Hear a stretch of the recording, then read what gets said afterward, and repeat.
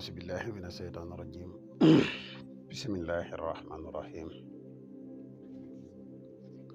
وإن أعيذها بك وذريتها من الشيطان الرجيم ربي أعوذ بك من همزات الشياطين وأعوذ بك رب أن يحضرون ربي اشرح لي صدري ويسر لي أمري واحلل عقدة من لساني يفقهوا قولي واجعل كلامي راشدا ومرشدا وفكرتي نوير وقلبي أرشدا mbokk yi ne bàyyi xel fu mën a nekk ci àdduna bi moo xam ñu nekk ci réew mi wala ñu nekk bitim réew tey bàyyi xel seen bu am solo bi muy le grand secret à wolof ñu ngi leen di wax di asalaamaaleykum wa rahmatullah ginnaaw bi ñu santatee yàlla julli ci yonente bi sallallahu alayhi wa sallam ñu ngi ndokkeel ak jaajëfal mboole mbokk yi ne bàyyi xel fu mën a ne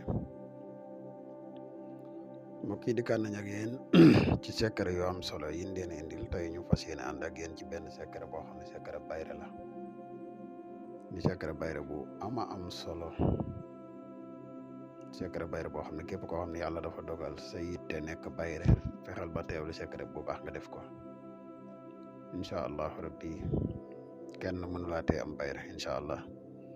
waaye bala ñuy gën a solo ci secret bi dañ lay wax yow mi gan ci pass bi bu fekkee ne abonné ko nga abonné ci chaîne bi te partage vidéo bi mu gën a yaatu yow mi nga xam ne da nga bëgg def lu seet wala nga bëgg def lu listixaar mën nga ñu contacter ci numéro bi muy 77 684 28 28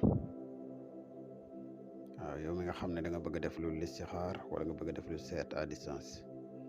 ñaar yëpp mën nga ñu contacter ci numéro boobu bu defee mbokk yi nga xam ne dañuy yittewoo garab yu am solo yi ñuy defar muy garab yi kàttan yi ñu leen di wax ne garab yi disponible na képp ku siitoo rek mën nga ñu contacter ci numéro bi muy 77 684 28 28 ñu wax leen tuuti nag ci njariñul garab gi ñuy wax musxam dafay yokk kàttan bu baax garab gi ñuy wax musxam dafay yokk man yu bu baax a baax garab gi ñuy wax musxam dafay dundal walax njaan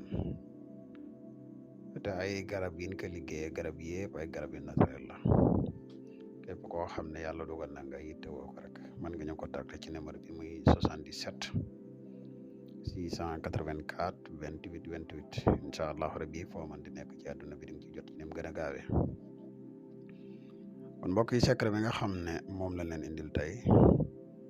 da ngay njëkk a bind ñetti turu yàlla muy yaa baddoo yaa wadudu yaa haadi